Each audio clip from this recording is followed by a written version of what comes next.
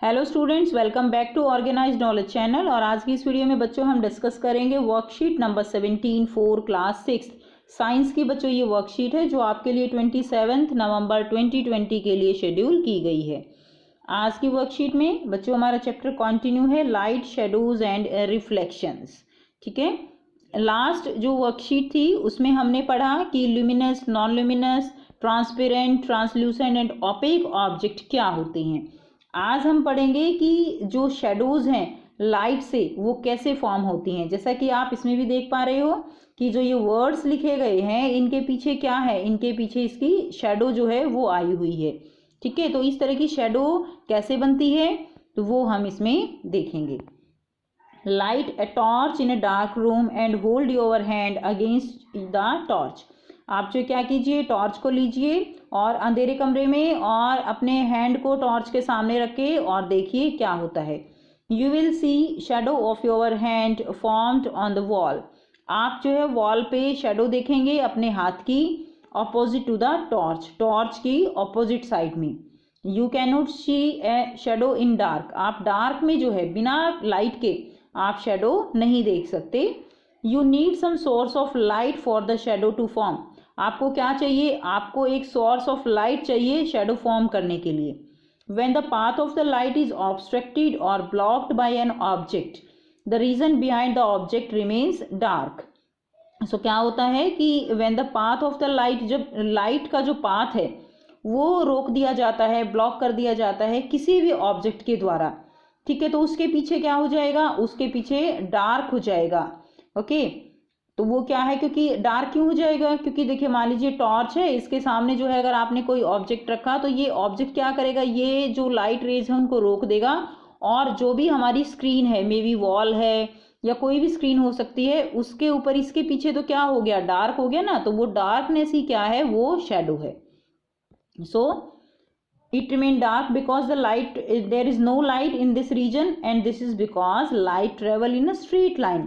Light जो है बच्चों वो कैसे ट्रेवल करती है, light travel always in a straight line.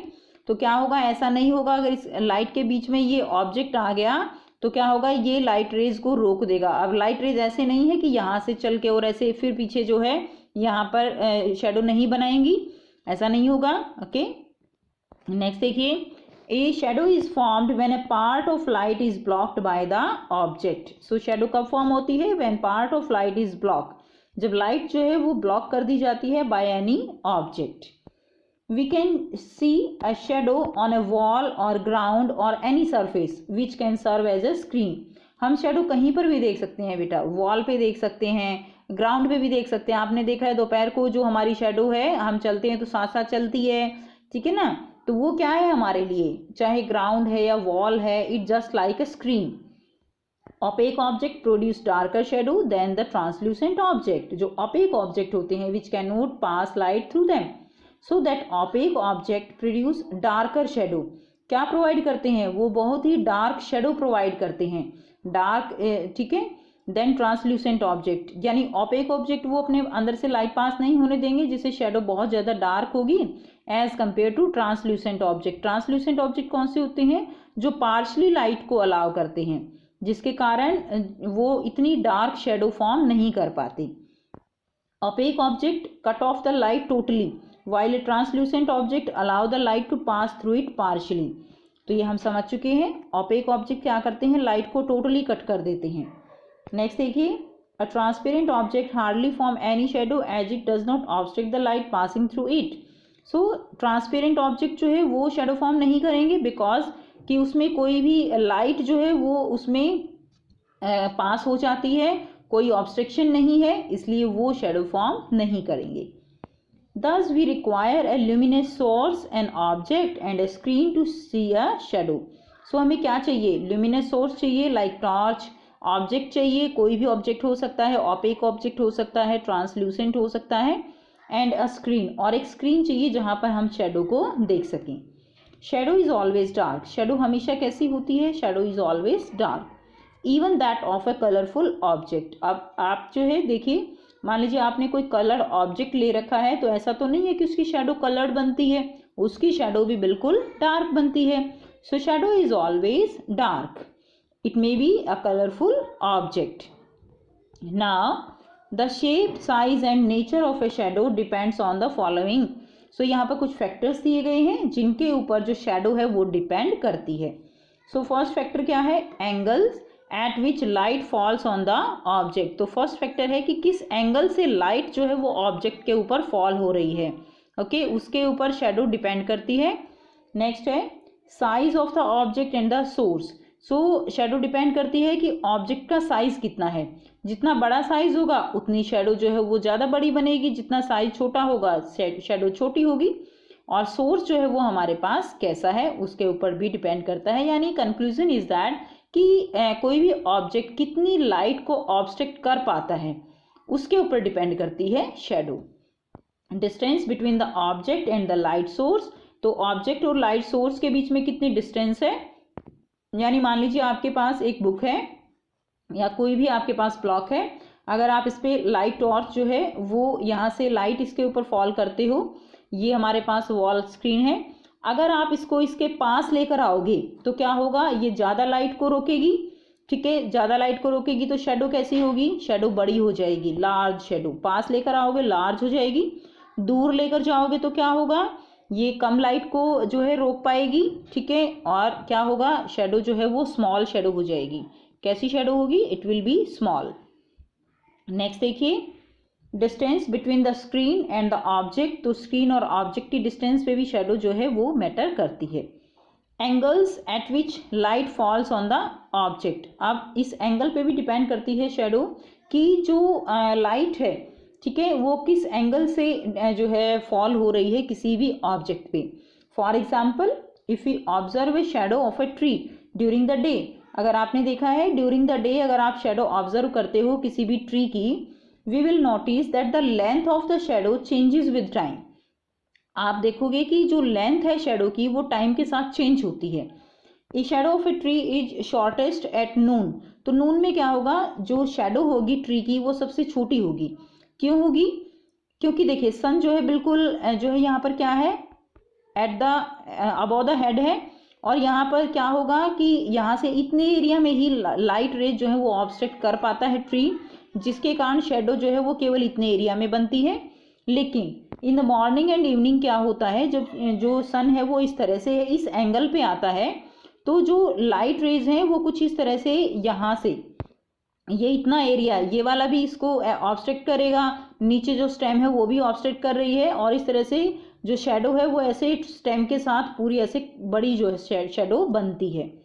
So a shadow of a tree is shortest at noon and longest in the morning and evening. Morning और evening में angle change होने के कारण शेडो लॉन्गेस्ट हो जाती है. This fact help people in older time to know the time. तो पहले के टाइम में जब बेटा वॉच नहीं थी, ठीक है, क्लॉक नहीं थे, तब ये टाइम जो है जानने के लिए ये टेक्निक काम आती थी. अब देखिए यहाँ पे एक क्वेरी आपके लिए दी गई है.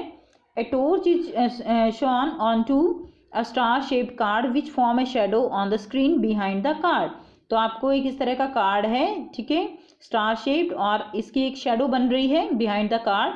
What will happen to the shadow if the torch is move away from अब द कार्ड. अगर आप टॉर्च को जो है अवे करते हो यानी कार्ड से दूर लेकर जाते हो तो शेडो जो है उसके ऊपर क्या इफेक्ट होगा. सो क्या होगा बच्चों, वो जो है शेडो कैसी हो जाएगी, shadow it get it small. ठीक है, आप दूर लेकर जाओगे, मैंने अभी ऊपर आपको समझाया, आप दूर लेकर जाओगे शेडो स्मॉल होगी, आप नज़दीक लेकर आओगे शेडो जो है वो लार्ज होती चली जाएगी. अब हम करेंगे कुछ क्वेश्चन आंसर. फर्स्ट क्वेश्चन है what is a shadow, what is a shadow form, when is a shadow form. तो आपको यहाँ पर 3 क्वेश्चन पूछ लिए गए हैं. शेडो क्या है, when is a shadow form कब फॉर्म होगी, and what information does a shadow give about an object. Object के बारे में शेडो क्या इंफॉर्मेशन देगी. तो ये बेटा करते हैं इसका आंसर. सो ये आंसर आप लिखेंगे फर्स्ट क्वेश्चन का. When the path of the light is obstructed or blocked by an object the region behind the object remains dark as no light reaches the region. This is shadow. ये क्या है बच्चों, ये shadow है. Shadow gives us information about the shape of the object. तो shadow जो है वो हमें ऑब्जेक्ट की शेप के बारे में इंफॉर्मेशन प्रोवाइड करती है. Next question number 2, does the colour of the object affect the colour of the shadow? तो कोई ऑब्जेक्ट का कलर अगर है तो क्या वो शेडो पे इफेक्ट करता है? सो सेकंड क्वेश्चन का आंसर आप लिखेंगे no, the colour of the object does not affect the shadow. तो कलर जो है ऑब्जेक्ट का कलर शेडो के ऊपर इफेक्ट नहीं डालता। Shadow will always dark, shadow जो है वो हमेशा कैसी होती है? डार्क होती है। Next question number 3 is what happens when light falls on the wooden chair? तो वुडन चेयर बेटा कैसी है? ऑपेक है, so there will be the shadow formation when light falls. So यहां से आप आंसर लिखेंगे when light falls on a wooden chair the shadow will be form. तो क्या फॉर्म होगी? Shadow will be formed. Next question number 4, a shadow of a tree is? तो बेटा shadow of a tree is dash at noon. तो noon में shadow जो है वो कैसी होगी? That will be the short and longest in the morning and evening. तो हमने यहाँ से पढ़ा था एट द नून शॉर्टेस्ट होगी एंड लॉन्गेस्ट होगी in the morning and evening. So यहाँ पे आप क्या लिख देंगे? A shadow of a tree is shortest. तो बेटा यहाँ पे आंसर लिख देंगे SHORTEST, shortest at noon and longest in the evening and morning. ठीक है, MORNING, मॉर्निंग। तो लॉन्गेस्ट होगी in the morning and evening and shortest होगी एट नून। नेक्स्ट देखिए question number 5, observe the figure given below, identify X, Y and Z। So X, Y and Z आपको यहाँ पे बताना है।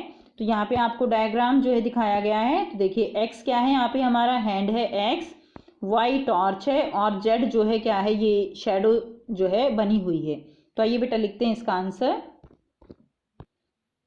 सो यहाँ से आप आंसर लिखेंगे जो फिफ्थ क्वेश्चन है बेटा ये आपका। X जो है क्या है? हैंड है, Y टॉर्च है एंड Z जो है वो क्या है? Shadow of hand. ओके, तो ये थी बच्चों आपकी आज की वर्कशीट साइंस की। आई होप बेटा आपको ये वर्कशीट क्लियर है। कोई भी प्रॉब्लम है आप कमेंट करके पूछ सकते हो। वीडियो अच्छी लगी तो लाइक शेयर जरूर कर दीजिए, चैनल को सब्सक्राइब भी कर लीजिए और अगर आपने बेल आइकन प्रेस नहीं किया है तो उसको भी प्रेस कर लें ताकि आप बच्चों को हर वीडियो की नोटिफिकेशन आती रहे। So thanks for watching, have a nice day.